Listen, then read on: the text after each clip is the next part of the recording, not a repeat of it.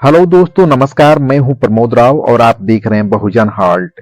दोस्तों, आज की वीडियो में हम लोग जानेंगे कि बाबा साहब ने भगत सिंह का केस क्यों नहीं लड़ा और साथ ही यह भी जानेंगे कि वह कौन देशद्रोही वकील था जो भगत सिंह के खिलाफ केस लड़ करके उनको फांसी के तख्ते पर पहुंचा दिया था। तो दोस्तों, इसी की जानकारी लेकर के आज की वीडियो में आया हूं। तो सम्मानित साथियों, वीडियो शुरू करने से पहले अगर आप हमारे YouTube चैनल से नए जुड़े हैं तो चैनल को जरूर सब्सक्राइब कर लीजिएगा, वीडियो को लाइक कर दीजिएगा, साथ ही बेल आइकन की घंटी को भी दबा दीजिएगा जिससे हमारे वीडियो की नोटिफिकेशन सबसे पहले आपको मिल सके।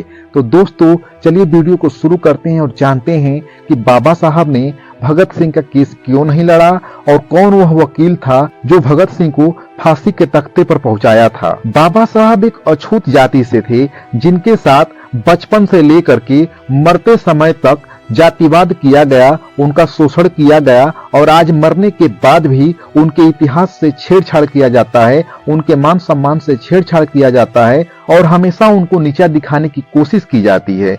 उसी में एक षड्यंत्र रचा जाता है। बाबा साहब वकील होते हुए अंग्रेजों की चापलूसी करने की वजह से भगत सिंह का केस नहीं लड़े थे, लेकिन यह बिल्कुल सत्य नहीं है। बाबा साहब ने भगत सिंह का केस क्यों नहीं लड़ा, उसके लिए हमको उस समय की परिस्थितियों को समझना पड़ेगा। बाबा साहब जिस समय अमेरिका और लंदन में पढ़ने गए थे तो जो उनको स्कॉलरशिप मिली थी, यानी कि बड़ौदा के नरेश ने उनको स्कॉलरशिप दी थी। इस शर्त के साथ उनको स्कॉलरशिप दी गई थी कि जब आप पढ़ाई कंप्लीट करके आएंगे बड़ौदा राज्य के लिए आप अपनी सेवाएं देंगे। जैसे ही बाबा साहब अम्बेडकर पढ़ाई कंप्लीट करके भारत लौटते हैं, वह अपनी सेवा देने के लिए बड़ौदा के नरेश के पास जाते हैं, जहां पर उनको एक आईएएस की नौकरी दे दी जाती है।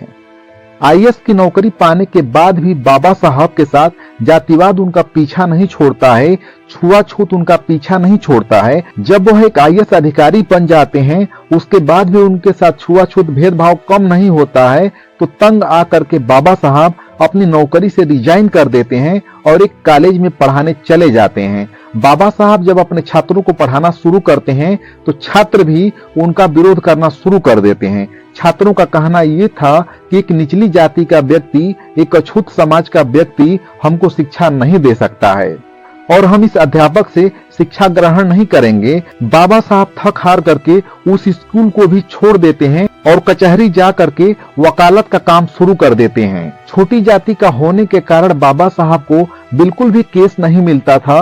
कभी कभार गिने चुने केस उनको मिल जाते थे। उसी में से एक केस उनको मिला था सेठ और सेठानी का, जिनके पुत्र को बाबा साहब ने अपने वकालत के दम पर फांसी के फंदे से उतारा था।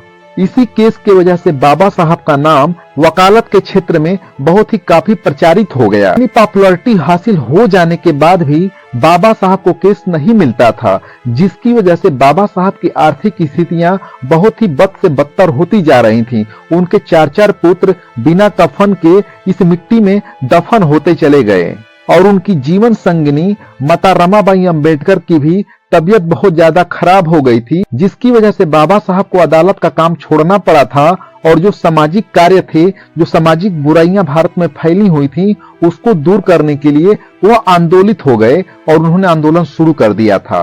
ठीक इसी बीच में भगत सिंह को अंग्रेजों ने गिरफ्तार कर लिया और उनको पाकिस्तान के लाहौर जेल में बंद कर दिया था। उस समय पाकिस्तान भारत का हिस्सा हुआ करता था। भगत सिंह का केस भारत के सबसे मशहूर वकील आसिफ अली लड़ रहे थे, जो कि लाहौर के ही रहने वाले थे। वहीं पे बाबा साहब मुंबई में रहते थे और मुंबई से लाहौर की दूरी बहुत ज्यादा थी और आज के समय में भी ट्रांसपोर्ट की सुविधाएं इतनी बेकार हैं, तो आप कल्पना कर सकते हैं कि सन 1931 में ट्रांसपोर्ट की सुविधाएं कैसी रही होंगी। बाबा साहब को मुंबई से लाहौर जाकर के केस लड़ना यह सिर्फ एक मूर्खतापूर्ण तर्क है, क्योंकि भारत के सबसे मशहूर वकील आसिफ अली जरदारी से केस लेकर के बाबा साहब को केस देना किसी मूर्खतापूर्ण तर्क से कम नहीं है। आप स्वयं अपने बारे में सोच लीजिए कि अगर आपको कोई वकील हायर करना हो तो आप हमेशा चाहेंगे कि मैं एक अच्छा वकील करूं जो प्रैक्टिस में हो, और बाबा साहब प्रैक्टिस में नहीं थे। तो जब आप किसी ऐसे वकील को केस नहीं दे सकते कि वह प्रैक्टिस में न हो, तो उस समय एडवोकेट आसिफ अली से केस लेकर के बाबा साहब को केस देना यह सिर्फ एक कुतर्क के सिवा कुछ भी नहीं है। अब रहा सवाल कि भगत सिंह को फांसी के तख्ते पर कौन वकील पहुंचाया था, तो दोस्तों उस वकील का नाम था सूर्य नारायण शर्मा, जो कि ब्राह्मण समुदाय से था और आरएसएस का सक्रिय सदस्य था, जो कि आरएसएस के गोलवालकर का मित्र भी था। उसने भगत सिंह के खिलाफ केस लड़ करके भगत सिंह को फांसी के तख्ते पर पहुंचा दिया था। इस ब्राह्मण वकील सूर्य नारायण शर्मा को भगत सिंह को फांसी के तख्ते पर पहुंचाने की इतनी जल्दी थी कि जो डेट और समय निर्धारित किया गया भगत सिंह को फांसी लगाने के लिए, उससे 11 घंटा पहले ही उनको फांसी के तख्ते पर लटकवा दिया था। तो दोस्तों, जो लोग भी बाबा साहब को भगत सिंह के केस से जोड़ते हैं, तो वो लोग बाबा साहब के घोर विरोधी हैं। तो वो लोग यही चाहते हैं कि बाबा साहब को किसी तरह से नीचा दिखाया जाए, तो इसीलिए इस तरह के फालतू मैसेज सोशल मीडिया के माध्यम से वायरल करते रहते हैं और बाबा साहब के इमेज को डाउन करने का यानी कि गिराने का प्रयास करते हैं।